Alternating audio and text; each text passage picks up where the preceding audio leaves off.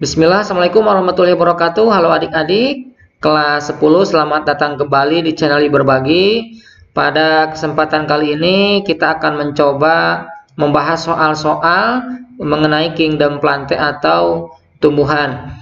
Nah, nanti kita akan membahas kurang lebih ada 10 butir soal, dan perlu untuk diketahui oleh adik-adik soal-soal yang akan kita bahas pada video kali ini, yaitu soal-soal yang pernah diujian nasionalkan ya. Walaupun nanti kedepannya memang adik-adik tidak akan melaksanakan ujian nasional ini, tapi tidak ada salahnya karena adik-adik nanti akan melaksanakan ujian sekolah ya. Jadi soal-soal yang ada di US atau ujian sekolah itu tidak akan jauh soal-soal yang munculnya, yaitu dari soal ujian nasional. Nah baik, perlu diketahui juga untuk pembahasan kali ini, karena kita patokannya ke dalam soal-soal yang selalu muncul di ujian nasional, itu biasanya mencakup 3 pembahasan ya, yaitu tumbuhan lumut tidak berpembuluh, kemudian tumbuhan paku, dan juga tumbuhan berbiji. Jadi nanti soal-soalnya itu akan hampir sama ya. Jadi berkutat hanya 3 pembahasan tersebut. Baik, sebelum kita mulai, bagi adik-adik yang belum subscribe channel ini, silahkan di subscribe terlebih dahulu. Kemudian silahkan diaktifkan loncengnya supaya adik-adik mendapatkan pemberitahuan jika ada video terbaru. Baik, kita mulai saja ke nomor soal yang pertama.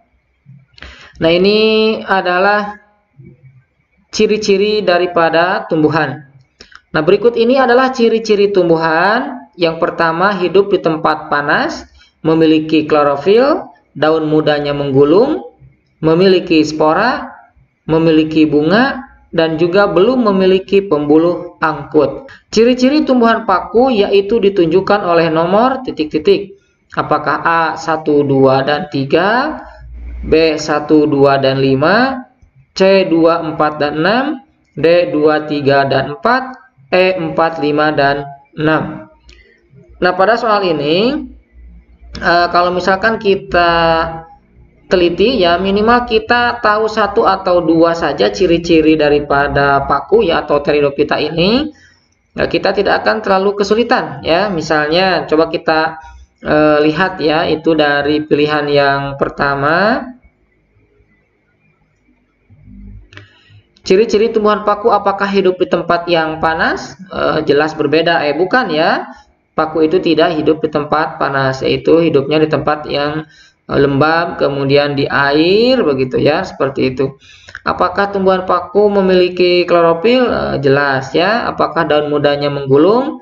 Daun paku apakah menggulung? Ya, yaitu dinamakan juga dengan istilah Circinatus. Kemudian memiliki spora? Iya, jelas ya. Kemudian memiliki bunga.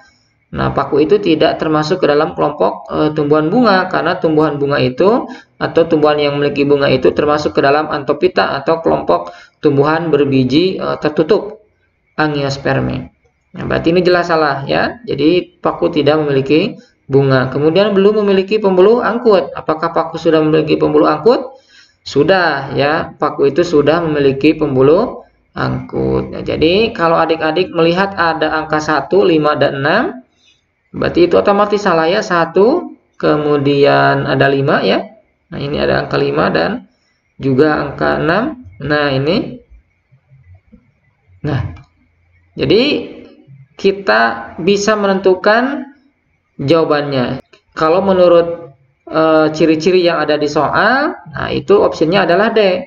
Begitu ya. Apa itu D? 2, 3, dan 4. Memiliki klorofil, daun mudanya menggulung, dan memiliki spora. Nah, ini ada gambarnya. Ini sudah dibahas pada video sebelumnya ya. Nah, ini ada struktur tumbuhan paku ini. Nah, ini ada daun begitu ya. Kemudian ada stolon, ada akarnya. Kemudian ada 2 fase dalam hidupnya, yaitu fase gametofit dan fase sporopit. Ini ya, nah, fase sporopit dan fase gametofit. Coba kita bahas. Nah, ini adalah pembahasannya. Saya ingatkan kembali, ciri-ciri daripada tumbuhan paku memiliki akar, batang, dan daun sejati, berbeda dengan lumut. Kalau lumut itu belum bisa disebut sebagai tumbuhan berkormus ya, atau tumbuhan yang dapat dibedakan antara akar, batang, dan daun. Nah, tapi kalau paku itu sudah. Kemudian yang kedua mempunyai kumpulan kotak spora, yaitu dalam sporangium. Kemudian sporangium tersebut berkumpul membentuk sorus. Nah, kemudian habitatnya di pohon atau di tanah yang lembab. Nah, ini untuk paku. Ada juga yang hidup di air ya, ada higropit, ada hidropit. Kemudian nomor 4, mengalami pergiliran keturunan. Jelas ya, ada sporopit, ada gametopit. Kemudian daun mudanya menggulung atau disebut dengan silsinatus. Nah, ini ya. Nah, ini daun muda yang menggulung seperti ini. Baik, itu nomor 1. Jadi jawabannya adalah D. Kita lanjutkan ke nomor yang selanjutnya, nomor 2. Suatu tumbuhan mempunyai ciri-ciri sebagai berikut. Yang pertama, sistem perakarannya tunggang. Yang kedua, organ reproduksi berbentuk strobilus. Yang ketiga, habitat tumbuhan berbentuk pohon atau semak. Batangnya berkayu. Biji tidak dibungkus dalam bakal buah. Pertanyaannya, tumbuhan dengan ciri tersebut dapat dikelompokkan sebagai tumbuhan. Nah, coba kita lihat kata kunci utamanya apa pada soal ini, ciri-cirinya. Nah, ini kalau adik-adik ini teliti begitu ya, itu kuncinya ada di nomor 5 ya. Nah, ini ada di nomor 5. Biji tidak dibungkus dalam bakal buah. Jelas ya, itu termasuk ke dalam tumbuhan gimnosperme begitu ya, atau tumbuhan biji terbuka begitu ya. Nah, ada beberapa macam, ada 4 divisi ya pada gimnosperme. Nah, contohnya ada melinjo begitu atau tangkil, gnetophyta, kemudian ada ginkgophyta, kemudian ada pinus ya atau coniferophyta atau pinophyta, kemudian pakis haji ya. Nah, ini ada 4 divisi ini termasuk ke dalam tumbuhan berbiji terbuka atau disebut dengan gimnosperme. Nah, tanpa melihat nomor 1, nomor 2, nomor 3, dan nomor 4, nah, yakin begitu ya, nomor 5 ini termasuk ke dalam ciri-ciri daripada gimnosperme. Pembahasannya, nah, ciri-ciri yang disebutkan dalam soal itu dimiliki oleh tumbuhan gimnosperme ya. Sementara itu angiosperme memiliki biji yang dibungkus dalam bakal buah. Monokotil dan dikotil memiliki organ reproduksi berupa biji, bukan strobilus. Gramine memiliki sistem perakaran serabut. Jadi jawabannya adalah B, gimnosperme. Kita lanjutkan soal nomor 3. Pertanyaannya adalah, perhatikan pernyataan berikut. 1. Berakar serabut. 2. Jumlah bagian mahkota bunga 5 buah. 3. Jaringan pengangkut tersebar. Kemudian 4. Jaringan pengangkut tersusun dalam lingkaran. Alat reproduksi berupa strobilus, berakar tunggang. Ciri-ciri tumbuhan dikotil adalah titik-titik. Apakah A 1, 2, dan 3, B 1, 3, dan 5, C 2, 3, dan 4, 2, 4, dan 5, atau E 2, 4, dan 6. Baik, untuk soal nomor ini adik-adik harus bisa membedakan apa ciri-ciri yang dimiliki oleh dikotil dan monokotil ya. Dilihat dari akarnya, dilihat dari batangnya, kemudian dilihat dari kambiumnya, kemudian pola persebaran berkas pengangkutnya begitu, dan lain sebagainya. Nah, minimal adik-adik tahu minimal 1 atau 2, insya Allah tidak akan terlalu sulit ya. Mana kira-kira yang jelas ya? Yang jelas apa di sini yang jawabannya yang jelas? Ciri-ciri tumbuhan dikotil. Dikotil berakar tunggang ini, begitu ya. Nomor 6. Berakar tunggang, kemudian berakar serabut, salah, begitu ya. Berarti adik-adik kalau ada angka 1 berarti salah.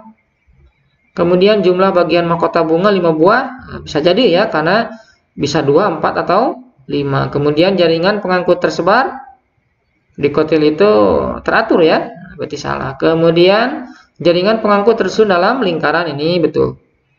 Alat reproduksi berupa strobilus, salah ya, seharusnya tumbuhan berbunga ya, menggunakan bunga. Nah, berarti jawabannya 2, 4, dan 6. Nah, ciri-cirinya sebelum kita membahas, kita lihat perbedaan tumbuhan monokotil dan dikotil. Ini sudah dibahas pada video yang sebelumnya. Nah, untuk dikotil, ya untuk dikotil pertulangan daunnya menyirip ya. Pertulangan daunnya menyirip atau menjari, sedangkan monokotil itu adalah sejajar. Kemudian dikotil memiliki kambium sehingga ukurannya besar, kemudian monokotil tidak memiliki kambium. Dikotil berkas pengangkutnya melingkar atau tersusun dalam sebuah lingkaran ring. Kemudian monokotil berkas pengangkutnya tersebar, jadi tidak seperti pada dikotil yang teratur.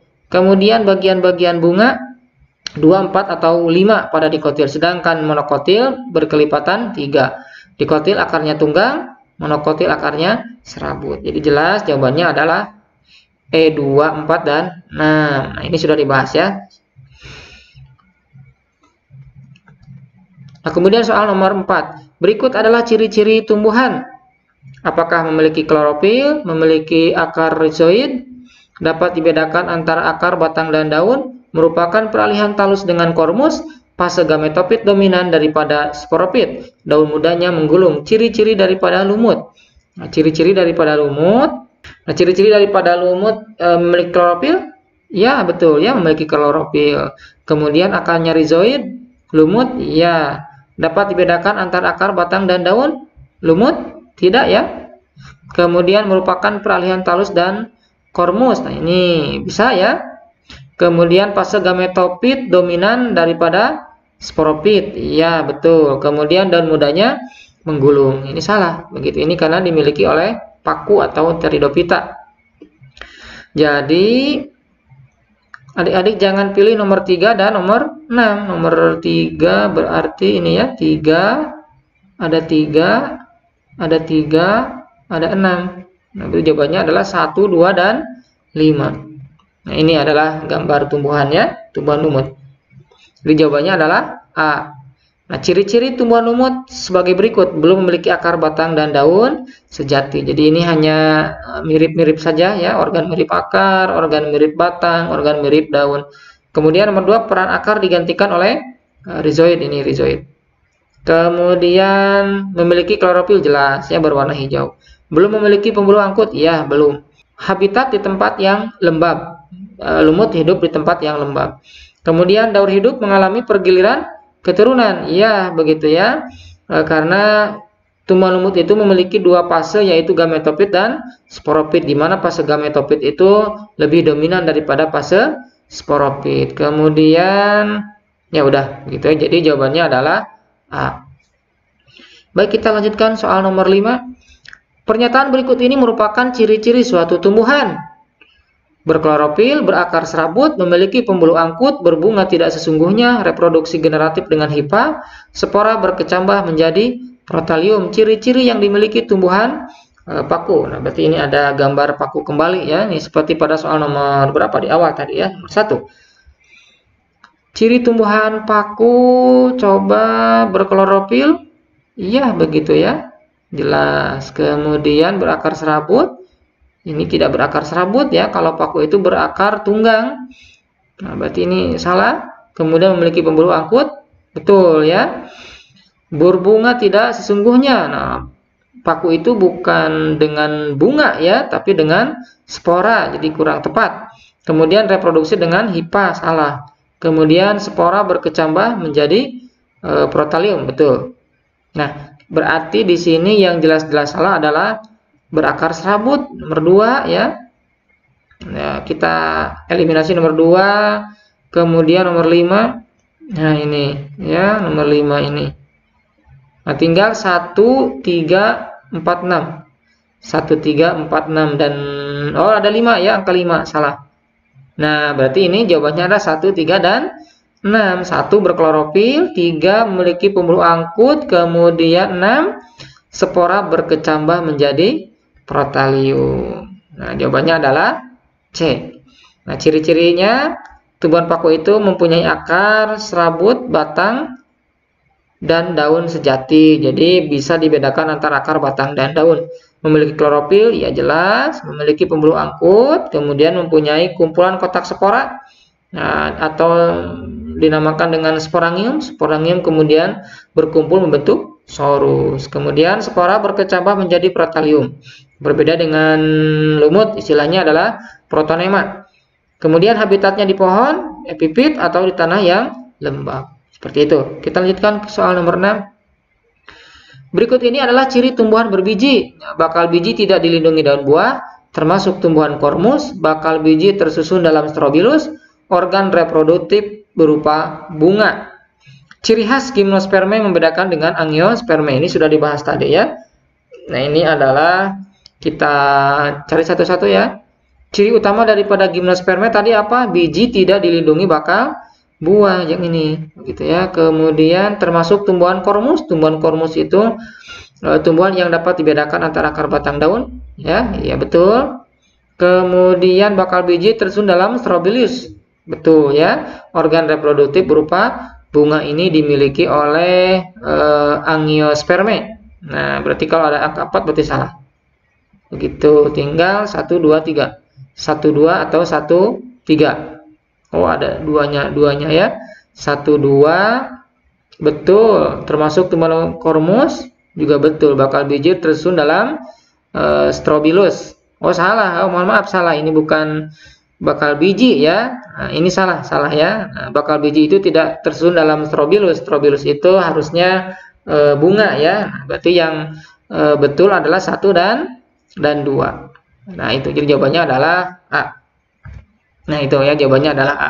Ciri tumbuhan gimnospermae diantaranya yaitu ciri khasnya bakal biji tidak dilindungi daun, buah, dan termasuk tumbuhan berkormus. Soal nomor 7. Ini tentang dikotil ya. Ciri-cirinya memiliki organ akar, batang, daun, dan bunga. Memiliki biji berkeping 2, mengalami tumbuhan sekunder, pertumbuhan sekunder. Akar dan batang memiliki kambium, memiliki tulang daun sejajar. Jumlah perhiasan bunga terdiri dari 2, 3, atau kelipatannya. Yang merupakan ciri dikotil adalah titik-titik. Apakah A15, B25, C24, D36, E56. Nah, kita ingat-ingat kembali yang tadi ya. Nah, ini yang tadi. Coba kita lihat nomor 1. Memiliki akar, batang, dan daun bunga dikotil ya. Begitu ya. Kemudian memiliki biji berkeping 2 juga ya, ciri utamanya. Mengalami pertumbuhan sekunder dikotil selalu membesar batangnya. Iya, betul. Akar dan batang memiliki kambium. Betul. Kemudian memiliki tulang sejajar. Ini salah, ini dimiliki oleh oleh monokotil. Kemudian jumlah perhiasan bunga terdiri dari 2, 3, atau kelipatannya. Nah, dikotil itu 2, 4, 5 ya. Coba kita lihat optionnya. 56 berarti salah. Nah, seperti itu. Jadi jawabannya adalah 2 dan 4. Jawabannya adalah C. Nah, itu ya, ini sudah dibahas tadi begitu ya. Ciri-ciri dikotil. Kemudian soal nomor 8. Oh, ini sudah ada jawabannya ya. Nah, kingdom Plantae terdiri dari Bryophyta, Pteridophyta, dan Spermatophyta. Bryophyta itu adalah lumut, Pteridophyta adalah paku, dan Spermatophyta adalah tumbuhan berbiji. Nah, ciri-ciri daripada Bryophyta atau lumut membedakan dengan Pteridophyta adalah, nah di sini sudah jelas jawabannya adalah D, sudah tercantum ya. Nah, kita bahas yang A. Mengalami pergiliran keturunan. Bryophyta, iya betul. Sporanya yaitu lebih dari 2 macam. Nah, spora pada Bryophyta itu tidak ada perbedaan, tidak seperti pada paku. Kalau paku itu ada 3 ya, 3 jenis, heterospora, homospora, dan paku peralihan. Nah, ini jelas salah. Kemudian yang B-nya berkembang biak dengan spora, ya, metagenesisnya fase sporopit. Nah, kebalik harusnya gametofit kalau pada lumut. Kemudian akar, batang, dan daun jelas. Nah, salah ya. Lumut itu tidak memiliki akar, batang, dan daun yang jelas. Kemudian D, gametofit berumur lebih panjang atau dominan dari sporopit, betul. Belum mempunyai pembuluh angkut. Kemudian coba lihat yang E, memiliki daun steril dan daun fertil. Nah, lumut tidak ada istilah daun steril dan daun fertil. Itu jadi jawabannya adalah D. Soal nomor 9, nah ini masih termasuk soal lumut, nah, gampang ya. Perhatikan gambar lumut berikut. Sporopit terdapat pada bagian 1, 2, 3, 4, atau 5. Nah, sporopit itu ingat, sporopit itu adalah fase yang menghasilkan spora. Nah, berarti kita lihat, berarti ada di sinilah istilahnya ya. Karena pertanyaannya adalah sporopit berarti fase itu yang ini. Nah, itu ya berarti jawabannya adalah 4 yang ini. Kalau kita pilih nomor 5 itu adalah bagian daripada sporopit, yaitu ini sporangium atau kotak spora. Jadi jawabannya adalah D. Oke, yang terakhir soal nomor 10. Ini adalah metagenesis atau pergiliran keturunan lumut. Bagian yang bertanda X dan Y secara berurutan adalah A. protalium dan antheridium, B. sporopit dan antheridium, C. protalium dan archegonium, D. protonema dan antheridium, E. protonema dan archegonium. Bagian yang bertanda X berarti ini, begitu ya. Nah, ini bertanda X. Ingat, kalau pada lumut, begitu ya, spora yang jatuh di tempat yang tepat atau di tempat yang cocok, maka itu akan berkembang menjadi protonema. Berarti kita cari X ini adalah protonema. Nah, ini berarti ini jelas salah. Jadi antara D dan E. Kemudian Y-nya yang ini. Nah, spora itu ada yang jantan dan ada yang betina. Kita lihat di kolom bawahnya, yaitu ada ovum di sini. Nah, karena ini adalah betina, maka di sini adalah archegonium. Sedangkan ini adalah antheridium. Antheridium jelas ini akan menghasilkan spermatozoid. Jadi sini adalah antheridium ya. Jadi X ada, Y adalah antheridium. Jawabannya adalah D. Seperti itu. Kalau pilih archegonium, berarti archegonium itu yang ini, yang menghasilkan ovum. Baik, seperti itu. Jadi jawabannya adalah D ya. Baik, cukup sekian pembahasan tentang Kingdom Plantae ini. Jadi ini soalnya mencakup pembahasan lumut, paku, dan juga tumbuhan biji. Ini soal-soal yang biasa muncul pada ujian nasional. Cukup sekian, jangan lupa silakan di-share ke teman-temannya. Mudah-mudahan pembahasan ini bermanfaat. Cukup sekian, assalamualaikum warahmatullahi wabarakatuh.